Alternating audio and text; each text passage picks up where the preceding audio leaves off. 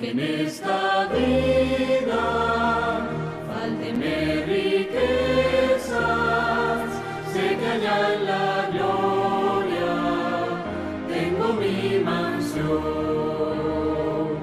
Alma tan perdida entre las pobres. Tengan todos muy buenas noches. María Elena Loría aquí de nuevo con ustedes en este sentimiento tan profundo que me da poder compartir con ustedes todas estas palabras tan lindas y todas estas enseñanzas que nuestro Padre amoroso quiere que las compartamos con ustedes para que así podamos tener una imagen a seguir, tratar por todos los medios de tener una estatura por lo menos un poquitito parecida a la de Cristo, que nos esforcemos, porque en realidad debemos de esforzarnos. Nadie dijo que fuera fácil, nadie dijo que fuera fácil todo este estudio, toda esta problemática que tenemos a nuestro alrededor, en donde tenemos tantas influencias externas que nos atraen, que nos arrastran.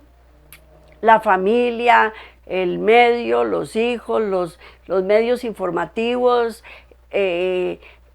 todo, absolutamente todo está en contra de que nosotros podamos salir adelante. Pero Cristo es más que todos los medios y todas las cosas que nos arrastran. Él es superior a todo eso y Él quiere que nosotros estemos de acuerdo con Él en su palabra, en su conocimiento, en su plan que Él dio para todos y cada uno de nosotros. Entonces hoy vamos a empezar con un tema, vamos a seguir con el tema tocado por nuestros sentimientos y vamos a ver el tema que se llama En busca de la verdad histórica, en busca de la verdad histórica. Vamos a ir a la primera imagen, Lucas 1:35, que dice así: respondiendo el ángel le dijo, el Espíritu Santo vendrá sobre ti y el poder del Altísimo te cubrirá con su sombra, por lo cual también el santo ser que nacerá será llamado Hijo de Dios. Qué cosa más hermosa es este versículo, porque en el momento que estaba ocurriendo esto, la humanidad no se podía imaginar todas las bendiciones que esto iba a acarrear para todos nosotros. Vuelvo a leerlo porque me encantó este versículo. Respondiendo el ángel le dijo, el Espíritu Santo vendrá sobre ti. ¿A quién estaba diciendo eso? A María estaba diciendo. Y el poder del Altísimo te cubrirá con su sombra, por lo cual también el santo ser que nacerá será llamado Hijo de Dios. Ok. El ser santo, cuando nació, dice, por otro lado, yo al nacer no lo era. Él sí fue santo al nacer, porque la palabra de Dios lo dice, y nosotros estamos creyendo en su palabra, porque si no creemos en su palabra, nada estaríamos haciendo aquí, ¿verdad? Entonces, mejor es creer. Bueno, pues cuando él nació era un ser santo, pero yo cuando nací no lo era. Debido a que él fue un ser santo, él no necesitó conversión, pero nosotros sí. Nosotros sí necesitamos conversión. Él fue capaz de tomar mis pecados sobre sí y experimentar las sensaciones del alma perdida sobre la cruz. Le fue posible experimentar mi naturaleza, inclinaciones hacia el mal y sin asumir esa tendencia. Qué difícil que es esto, porque cuando uno ve el dolor y el sufrimiento ajeno, nosotros como seres humanos vemos el dolor y el sufrimiento ajeno, y si no hemos pasado por los mismos aros de las otras personas, no somos capaces de entenderlas, de sentir el dolor y el sufrimiento que esas personas están sintiendo. Pero Cristo sí, Él sí pudo. No sufrió tentaciones, pero no pecó. Entonces, Él tuvo que sufrir todas nuestras tentaciones para podernos entender. Pero Él no cometió pecado.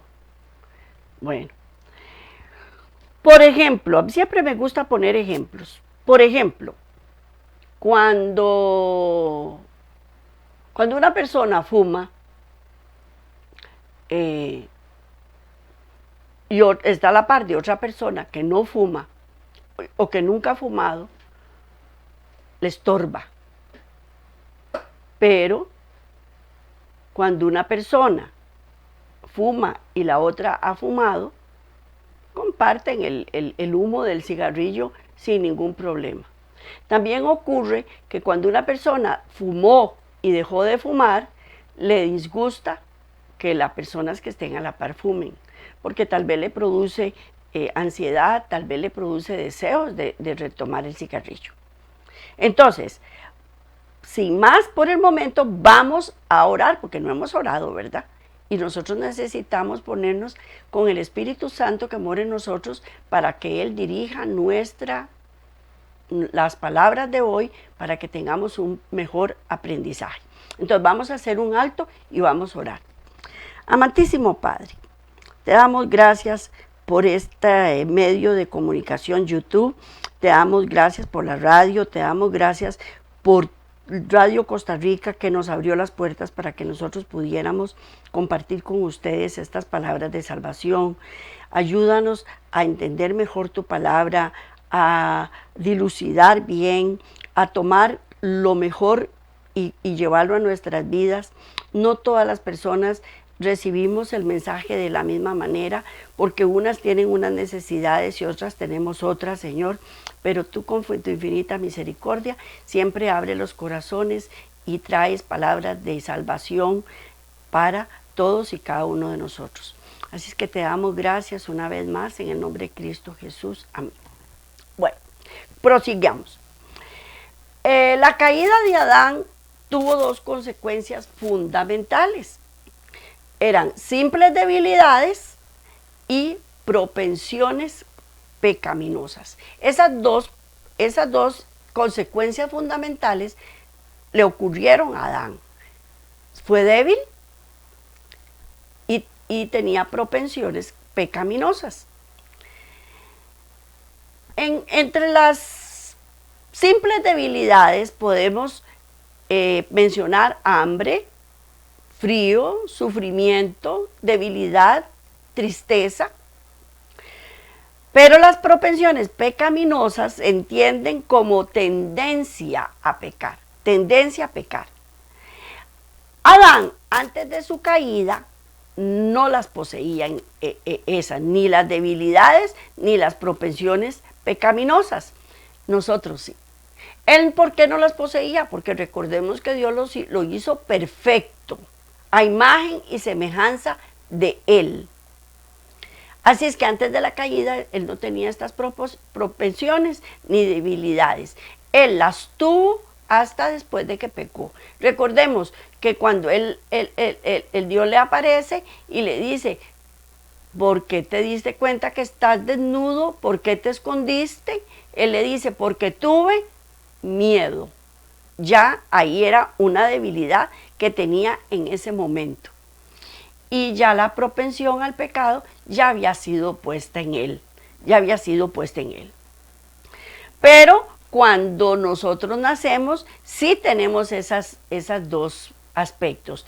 Tenemos las debilidades y tenemos las propensiones hacia el pecado. Consecuentemente, la humanidad de Cristo no fue la adánica. Esto es la humanidad de Adán antes de la caída, ni la humanidad caída en cada aspecto de la humanidad de Adán después de la caída. No fue la adánica porque ella poseía debilidades de la caída. No fue la caída porque la humanidad de Jesús nunca bajó a la impureza moral. Fue, por lo tanto, más literal, nuestra humanidad, pero sin pecado. fue más literal nuestra humanidad, pero sin pecado. Él poseía esas debilidades que tenía Adán, él poseía todo eso, pero sin pecado. Pero sin pecado. Eso hay que recalcarlo una y otra vez, porque eso es lo que nos tiene a nosotros hoy aquí, ese motivo. Porque si él hubiera pecado, nada estaría yo haciendo aquí en este momento. Pero él no pecó. El Adán, antes de la caída, en Adán, antes de la caída, no había principios corruptos, ni propensiones, ni tendencias hacia el mal. Era irreprensible, como los ángeles delante del trono de Dios. Así es que la prueba de Jesucristo fue mucho mayor que la de Adán y Eva, pues él asumió nuestra naturaleza, caída, pero no corrompida, que no se pervertiría a menos que él aceptase las palabras de Satanás en lugar de las palabras de Dios. Ahí está la diferencia. Nosotros sí aceptamos las palabras de Satanás. Adán y Eva sí aceptaron las palabras de Satanás y le creyeron. Nosotros no. No. Cristo no, perdón. Cristo no. Nosotros, como hijos y descendientes de Adán y Eva, también le creemos a Satanás. También. Vamos a la siguiente imagen, Lucas 23 del 1 al 4. Levantándose, entonces, toda la muchedumbre de ellos llevaron a Jesús a Pilatos y comenzaron a acusarle diciendo: a este hemos hallado que pervierte a la nación y que prohíbe dar tributo a César, diciendo que él mismo es el Cristo, un rey. Entonces Pilato le preguntó, diciendo: ¿eres tú el rey de los judíos? Y respondiendo él dijo: tú lo dices. Y Pilato dijo a los principales sacerdotes y a la gente: ningún delito hallo en este hombre. Ningún delito hallo en este hombre. Ok. Jesús hizo lo que ningún ser humano hizo antes que él. Vivir una vida sin pecado, sin mancha e incorruptible en su carne humana. Aún sus enemigos reconocían la inocencia que tenía. Y leímos Lucas 23:14. También la esposa lo reconoció. Y vamos a la siguiente imagen. Es Mateo 27:19. Y estando sentado en el tribunal, su mujer le mandó decir. ¿Quién? La mujer de Pilato. ¿A quién le mandó a decir? A Pilato. Le mandó a decir: no tengas nada que ver con ese justo, porque hoy he padecido mucho en sueños por causa de él. La mujer de Pilato también reconocía que él era justo. También los propios demonios. Y vamos a la siguiente imagen, Marco 1:24. Los demonios le dicen: ¿qué tienes con nosotros, Jesús Nazareno? ¿Has venido para destruirnos? Sé quién eres, el Santo de Dios. Sé quién eres, el Santo de Dios. Así es que todos reconocían perfectamente que Cristo era el Santo. Todos lo reconocían. Fue concebido por el Espíritu Santo y nacido de la Virgen María. Vivió, sufrió tentaciones como cualquier ser humano, pero ejemplificó perfectamente la justicia y el amor de Dios. Ahí está la diferencia. Nosotros no, nosotros no. Nosotros sufrimos tentaciones, pero no servimos de ejemplo a nadie. A nadie. Nadie puede seguir mi ejemplo porque bastantes errores y defectos y pecados tengo. Pero Cristo no.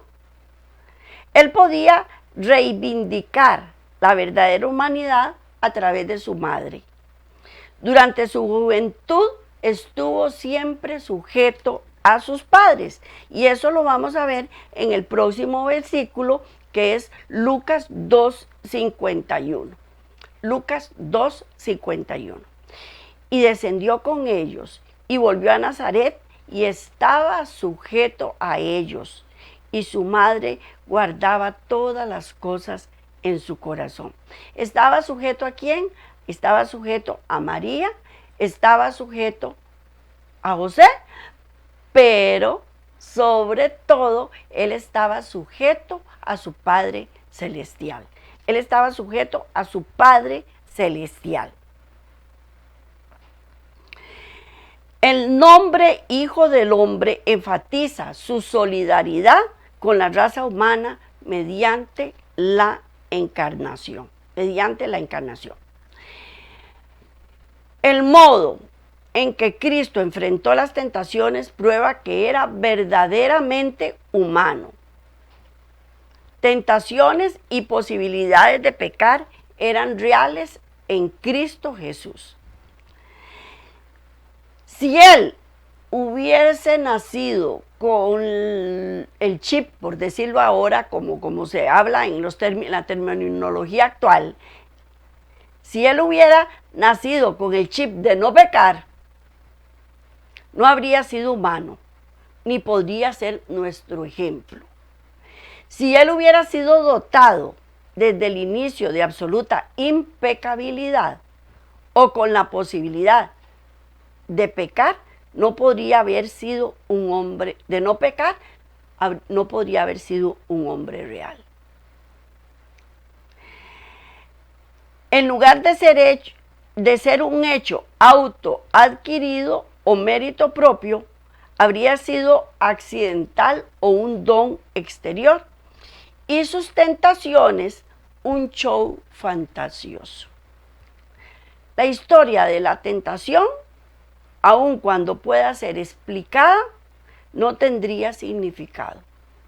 La expresión de Hebreos fue tentado en todos los puntos como nosotros, sería sin sentido. Sería sin sentido. Él no vino a lucirse, Él no vino a que lo aplaudieran, Él no vino a adquirir fama, porque eso lo hacemos nosotros. Nosotros por lo general presentamos una cara que no es la real. Es como una máscara que tenemos de bondad, de beatitud, de todo lo que usted quiera. Pero a la hora de las verdades se nos sale a uno a veces cuando no debe, se le sale la parte fea que uno tiene adentro. Él no era así. Muchas veces nosotros decimos, ay, ¿qué es esa cosa tan linda? Este chiquito tan bien portado, y no era tanto que era bien portado. Es que la mamá en la calle lo tiene controladito. Pero hay momentos en que se pone los chiquitos, sobre todo, en que hacen unas rabietas increíbles. Él no era así. Él no reaccionaba mal delante de ciertas circunstancias. En él solo había bondad. Entonces, él no vino a demostrar lo que no era. Él vino a mostrarnos cómo era el Padre Eterno, cuál era su carácter. Recordemos que Satanás dijo que él era ingrato, que había creado una ley que no se podía cumplir, que él lo único que le gustaba era que le dieran gloria y alabanza y honra, y que no era bueno. Pues él vino a mostrarnos que no era así, que Él sí era santo, puro y bueno. Entonces no podía reaccionar de una forma contraria, porque uno reacciona a como uno es. Y Él es solo bondad. Jesús, por otra parte, Jesús era Dios antes de la encarnación. Él era Dios y permaneció inevitablemente Dios por sobre su humillación. Pero en Cristo el mismo Dios habitó en nosotros. ¡Qué increíble! ¡Qué increíble! Mire, yo me pongo a veces a estudiar y veo cuando Él escogió a todos, a Abraham, a Moisés, a Jacob. Él lo que quería era compartir con nosotros, estar en nosotros, vivir en nosotros, a través de la columna de fuego, de la chequiná, de todo, absolutamente todo. En la creación, en las plantas, en las montañas, en las nubes, en todo está Él, la mano de Él. Les voy a poner otro ejemplo. Y les voy a poner mi ejemplo, mi mamá. Amé a mi mamá, amé a mi papá. Ya no los tengo, ya murieron los dos. Entonces hay cosas que me los recuerdan, hay objetos que ellos tenían que al cogerlos yo en mis manos, yo pienso en ellos y vuelve a renacer en mí ese amor que tenía por ellos. Bueno, pues eso nos debe pasar cuando cogemos un pajarito, cuando cogemos una flor o nace una plantita. Es increíble. Hace muchísimos años andando en las playas allá en la zona norte, en Coajiniquil, mi hijo me decía, mami, es que ahí llegan ballenas. Y yo decía, ¿cómo van a venir ballenas aquí? Jamás. No puede ser. Pues estando ese día en la playa, vimos a un tiburón ballena.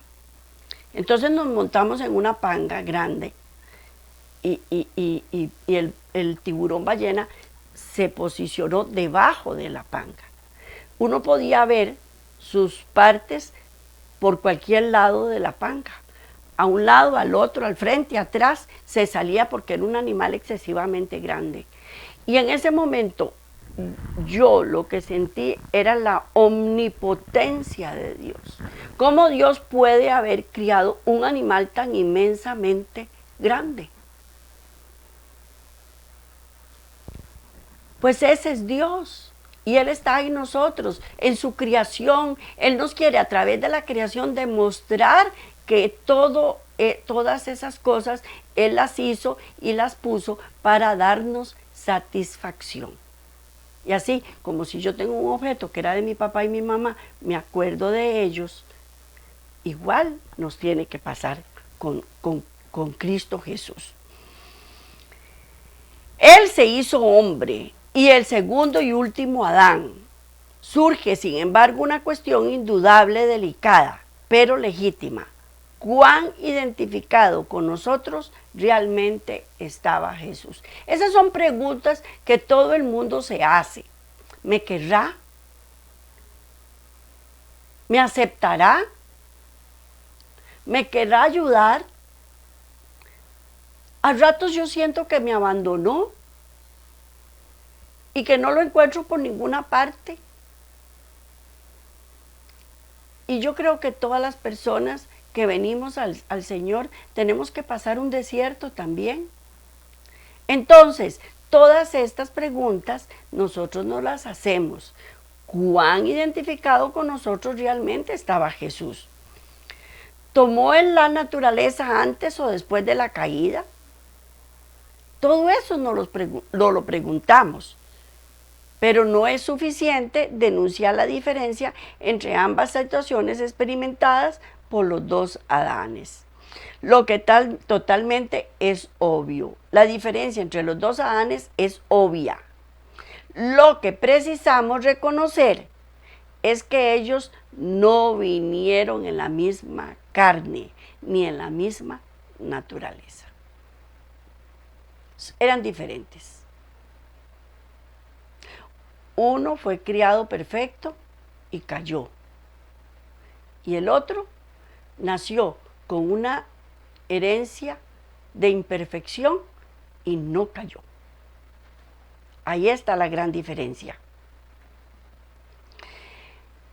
Decir que Jesús vino en la carne semejante a la de Adán antes de la caída es, por lo tanto, discordar de la divina revelación, porque eso no es lo que hemos aprendido, lo que hemos estudiado. Pero sería otro error decir que él era idéntico a Adán después de la caída. Es un error también decirlo, no eran iguales. No prendemos a falsas opciones al querer definir la naturaleza de Jesús simplemente en una relación Adán, antes o después de la caída. Un enorme y esencial diferencia que distingue a Jesús del hombre, el cual vivió ontológicamente separado de Dios. Jesús no era apenas Dios, no era apenas hombre. Cristo ocupó una posición diferente, una nueva posición en el comienzo de la nueva era. Pero, entonces ahí vienen las preguntas. ¿Cuál es exactamente la carne de Cristo y cuáles son sus inclinaciones interiores? ¿Hasta dónde va su identificación con nosotros? ¿Hasta dónde? Para renovar la condición humana, tenía él que asumirla enteramente. Una mera semejanza externa no está en armonía con la declaración de Pablo en Romanos 8:3. Esa no la vamos a leer porque ya la hemos visto un montón de veces. La demostración del apóstol Pablo es válida apenas con una condición formal, para dar a conocer que Jesús resistió bajo las mismas condiciones que las nuestras. No admitir eso es decir que toda argumentación es falla y la conclusión inaceptable, para que la justa exigencia de la ley se cumpliese en nosotros. Y vamos a Romanos 8:4, vamos a ver si la puse, porque esa también, no la puse. Vamos a leerla, de todas maneras vamos a leerla, Romanos 8:3 y 8:4, porque es mejor leerlas y sin ningún problema. 8:3, porque lo que era imposible para la ley, por cuanto era débil por la carne, Dios, enviando a su Hijo en semejanza de carne de pecado, y a causa del pecado, condenó al pecado en la carne. Y 4 es para que la justicia de la ley se cumpliese en nosotros, que no andamos conforme a la carne, sino conforme al Espíritu, sino conforme al Espíritu. Ok, gracias a Jesucristo,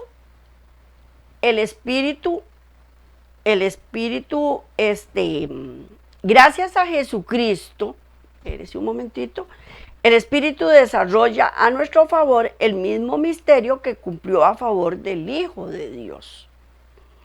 En eso reposa un aspecto esencial del Evangelio. Él era diferente de nosotros en aspectos claves. Cristo era Dios hombre y no participó de nuestras pasiones, inclinación para el mal y propensiones para pecar. Él era semejante a nosotros y sin embargo era diferente. Solamente teniendo esos dos hechos en mente podemos hacerle justicia. Gracias a Jesucristo, el Espíritu Santo desarrolla a nuestro favor el mismo ministerio que cumplió a favor del Hijo de Dios. Ok, ¿qué fue lo que hizo el Espíritu Santo con Cristo Jesús? Lo dirigió a través de su Padre. El Padre comunicaba al Espíritu Santo comunicaba a Jesucristo. Y Jesucristo obedecía. En la actualidad con nosotros es igual. Si nosotros queremos dirección, ¿a quién recurrimos? Al Espíritu Santo. Recurrimos a Él para que Él nos guíe. Recordemos que el Espíritu Santo es sabiduría. Es sabiduría. ¿Ok? Que el Espíritu Santo es verdad también. Entonces, ¿queremos la verdad? Preguntémosle al Espíritu Santo. ¿Queremos sabiduría? Pidámosela al Espíritu Santo. ¿Queremos no pecar? Pidámosle al Espíritu Santo. Pero tenemos que obedecer. No es pedir nada más y que Él haga todo. Yo tengo que obedecerle a los requerimientos que Él me está diciendo que tengo que hacer. Entonces, eso fue gracias a Jesucristo. Recordemos que cuando Él subió en las alturas de los cielos, después de su resurrección, Él dijo que no estuviéramos tristes, porque Él dejaba el Espíritu Santo en nosotros, que es nuestro ayo.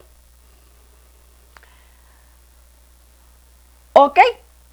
Entonces, en eso reposa un aspecto esencial del Evangelio. Él era diferente a nosotros, pero en aspectos claves. Cristo era Dios, hombre, y no participó de nuestras pasiones, inclinaciones para el mal y propensiones para pecar. Él era semejante a nosotros y sin embargo diferente. Solamente teniendo esos dos hechos en mente podemos hacerle justicia. Entonces, ¿dónde está el problema? Para que nosotros lo entendamos. ¿Dónde está? Y el meollo del asunto está en el concepto de pecado que nosotros tenemos. Aquellos que pretenden comprender más claramente la naturaleza humana de Cristo conseguirían más si se parasen de debatir si Jesús vino en naturaleza humana pre o post caída, y gastasen tiempo buscando saber lo que la Biblia dice al respecto del pecado. Tenemos que investigar sobre el pecado, porque ese es el mal que mora en nosotros. Ese es el mal que mora en nosotros, el pecado. El pecado nos aparta de Cristo, el pecado se gloría en nuestras debilidades, el pecado nos hace para donde quiera, nos anula la voluntad. Y no podemos salir adelante. El que nos ayuda es Cristo Jesús. Él es el que nos liberta. Bueno, vamos a la siguiente imagen. Romanos 7, del 14 al 20. Vamos a ver. Romanos 7, del 14 al 20. Como siempre, les digo, la divido en varias imágenes para que así poderla compartir toda con ustedes. Vamos entonces a leer primero Romanos 7, del 14 al 16. Porque el pecado no se enseñoreará de vosotros, pues no estáis bajo la ley, sino bajo la gracia. Antes el pecado se enseñoreaba de nosotros, pero ahora, porque estábamos bajo la ley, pero ahora estamos bajo la gracia. Entonces ya el pecado no se puede enseñorear en nosotros. Entonces, ¿qué pues? ¿Pecaremos porque no estamos bajo la ley, sino bajo la gracia, como muchos predican en la actualidad? Y aquí dice Pablo, en ninguna manera, en ninguna manera. Eso no es cierto. Las personas que le enseñan a ustedes que estamos bajo la ley, en la gracia y no bajo la ley, y que podemos hacer lo que nos da la gana, les está diciendo mentira. Porque aquí en el versículo de 7:15 dijo, En ninguna manera no podemos pecar. Versículo 16. ¿No sabéis que si os sometéis a alguien como esclavos para obedecerle, sois esclavo de aquel a quien obedecéis? Sea del pecado para muerte o sea de la obediencia para justicia. ¿No lo sabemos? Pues entonces, si no lo sabíamos, vamos sabiéndolo ya. Sigamos a la siguiente imagen. Romanos 7, del 17 al 20. Pero, aquí hay un pero.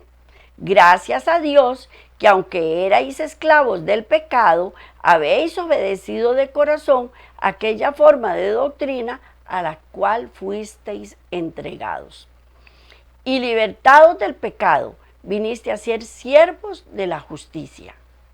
Hablo como humano, por vuestra humana debilidad, que así como para iniquidad presentasteis vuestros miembros para servir a la inmundicia y a la iniquidad, así ahora, para santificación, presentad vuestros miembros para justicia. Porque cuando erais esclavos del pecado, erais libres acerca de la justicia. Entonces tenemos como les dijera, tenemos una salida. Tenemos una salida. Antes éramos esclavos del pecado. Pero si estamos en Cristo, somos libertados. Y ahora somos esclavos de la justicia. Qué lindo que es esto. Les digo sinceramente, porque hay una alternativa. ¿Qué es lo que tengo que hacer? Someterme a Cristo Jesús, someterme al Espíritu Santo, estudiar su palabra, estudiar el Evangelio, que es poder para las naciones.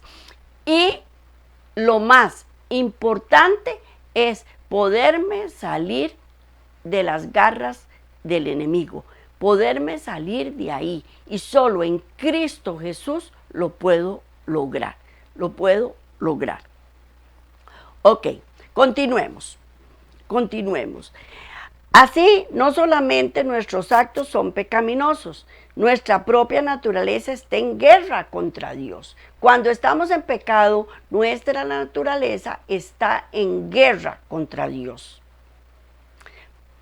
Él es único, totalmente sin pecado, en acciones y también en su ser interior.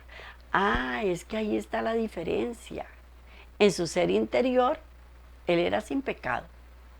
Y en nuestro ser interior, ¿cuáles son nuestros pensamientos? ¿Cuáles son nuestras inclinaciones? ¿Cuáles son nuestros deseos? Porque muchas veces no cometemos el pecado, pero ahí está, acariciándose. ¿Hasta cuándo? Hasta el momento en que se engendre y dé a luz.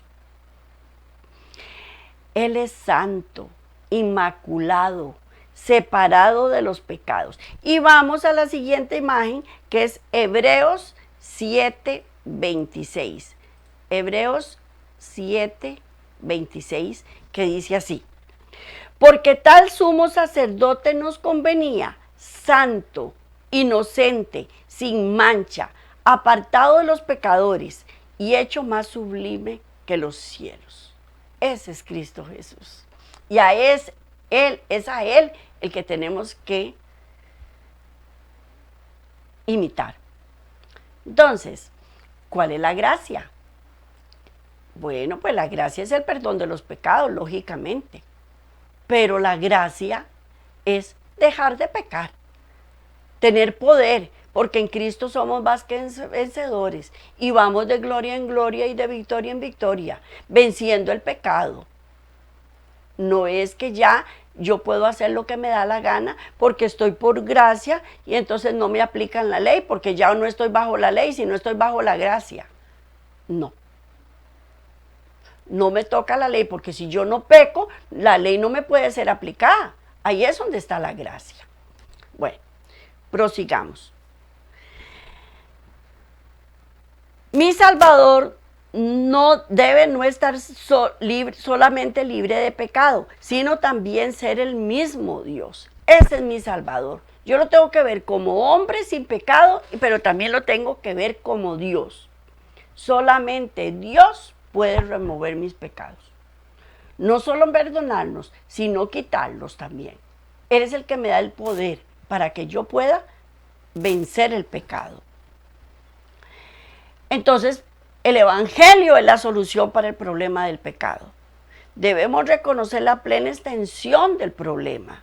Únicamente cuando entendemos nuestra completa pecaminosidad en naturaleza y acción, entenderemos la solución.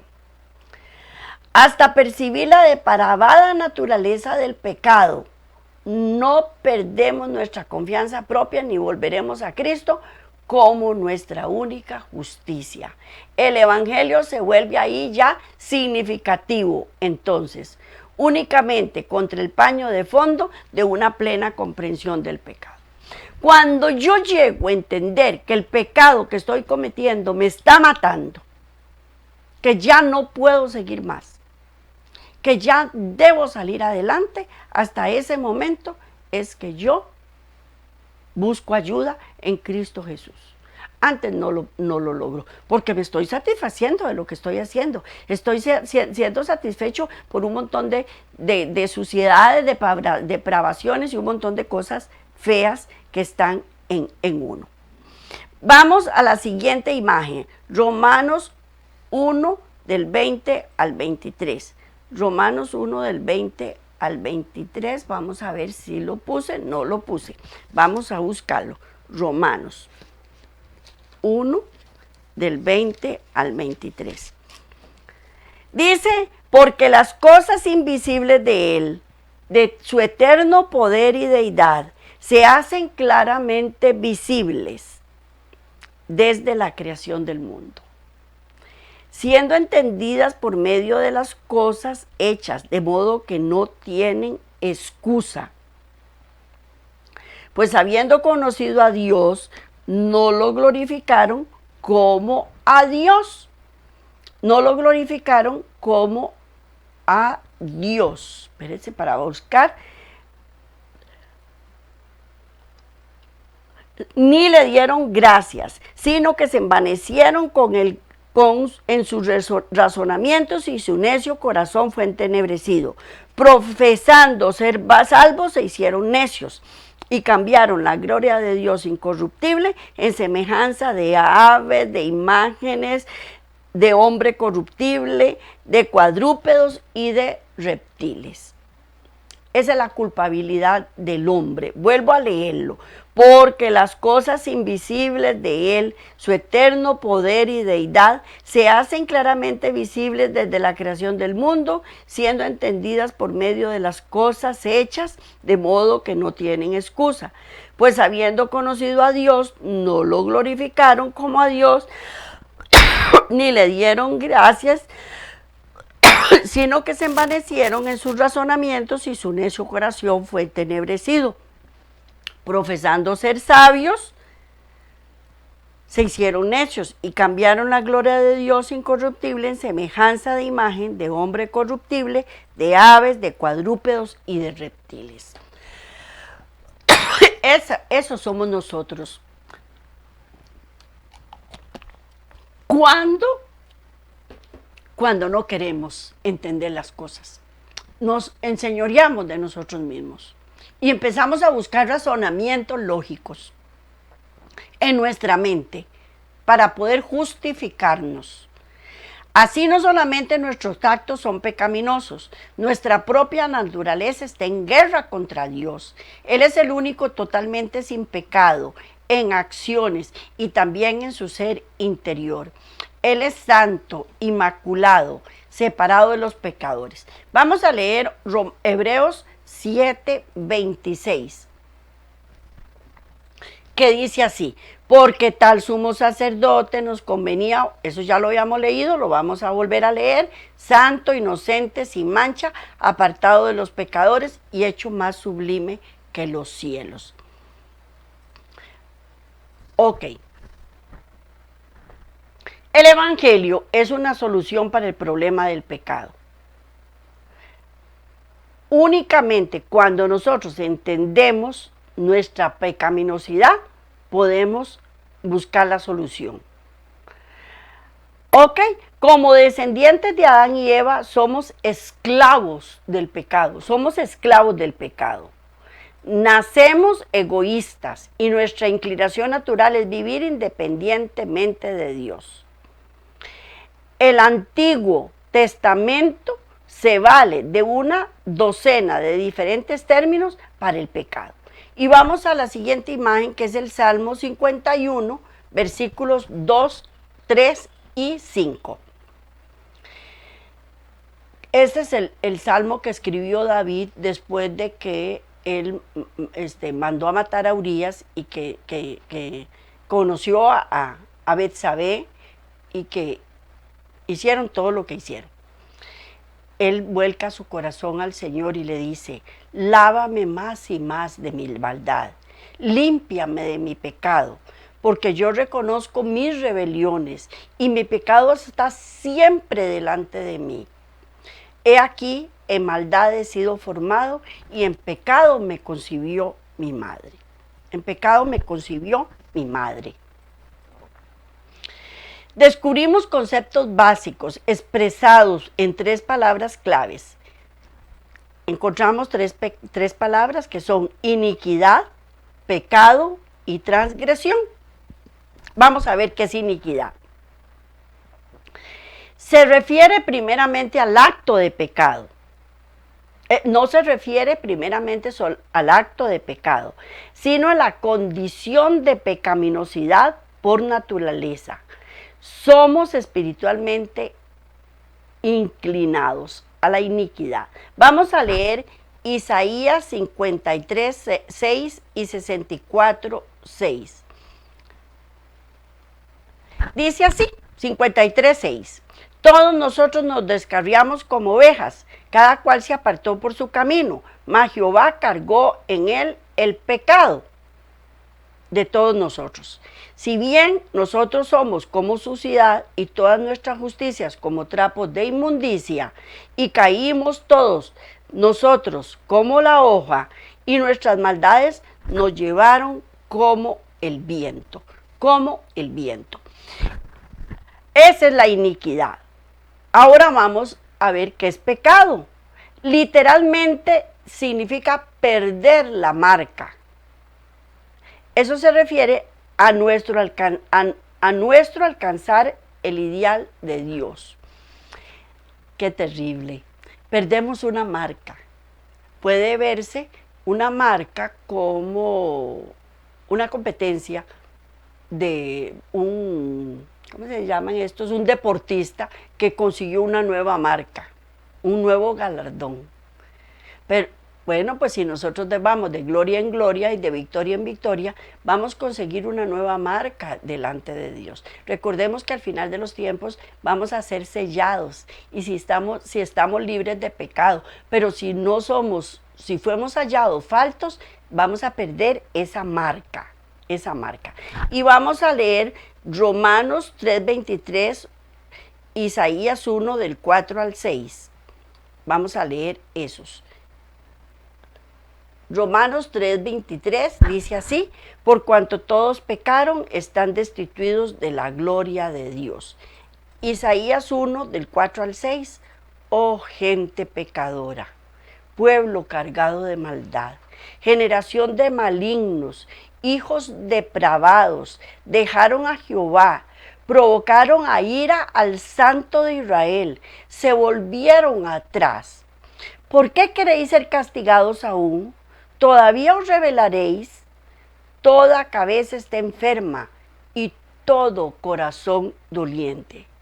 Desde la planta del pie hasta la cabeza no hay en él cosa sana, sino herida, hinchazón y podrida llaga. No están curadas ni vendadas, ni suavizadas con aceite. Vamos a leer también Romanos 7, del 15 al 24, que no lo puse ahí porque era demasiado largo. Entonces vamos a leerlo. Romanos 7, del 15 al, vamos a ver, al 24. Dice así: porque lo que hago no lo entiendo, Pues no hago lo que quiero, sino lo que aborrezco, eso hago. Y si lo que no quiero, esto hago, apruebo que la ley es buena.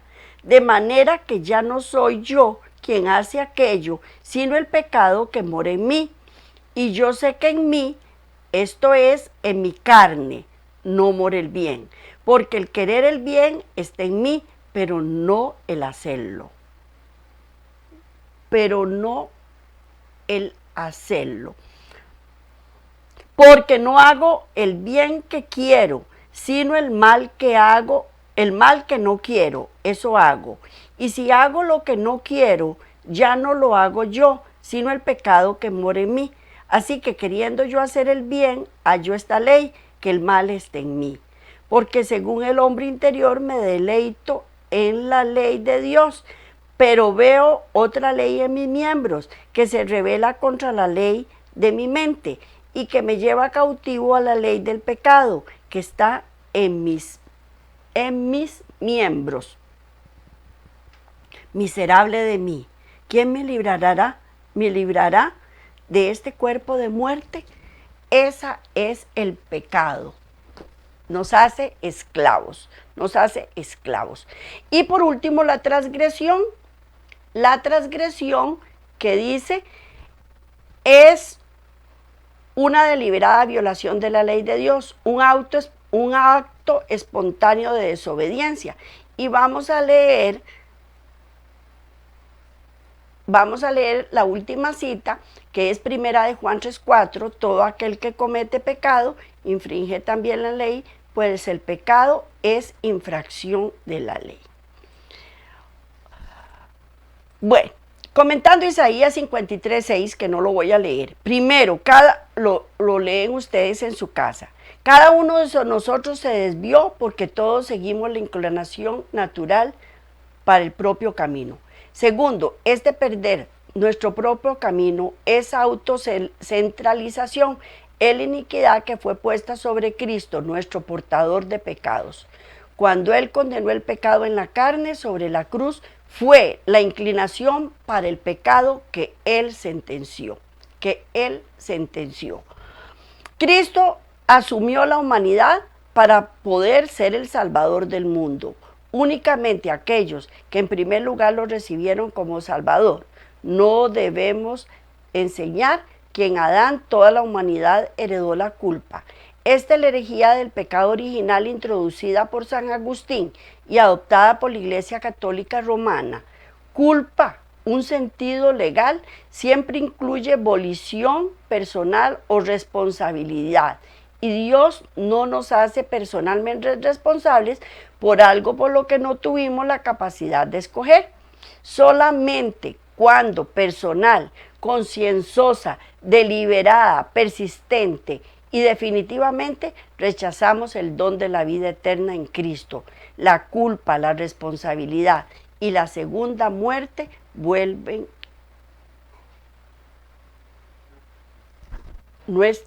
se vuelven nuestras.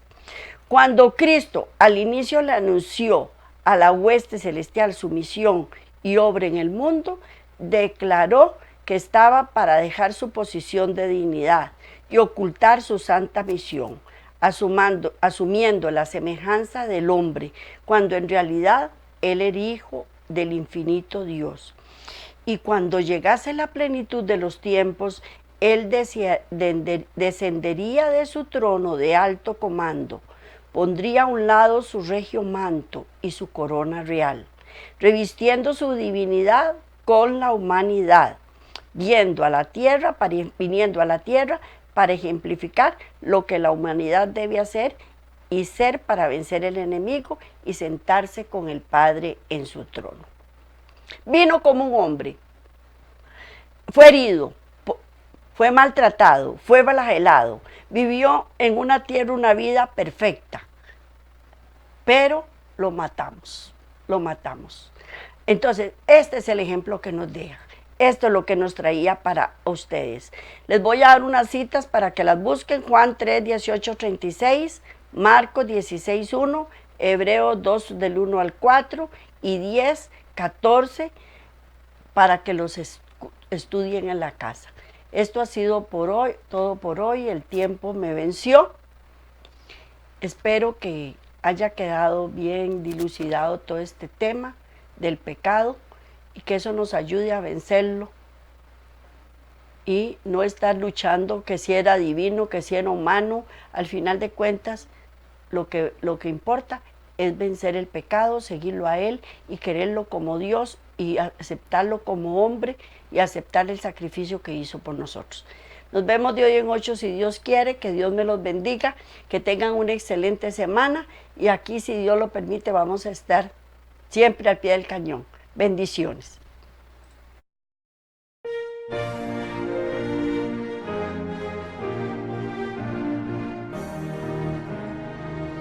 Aunque en esta vida falten riquezas, sé que allá en la gloria tengo mi mansión.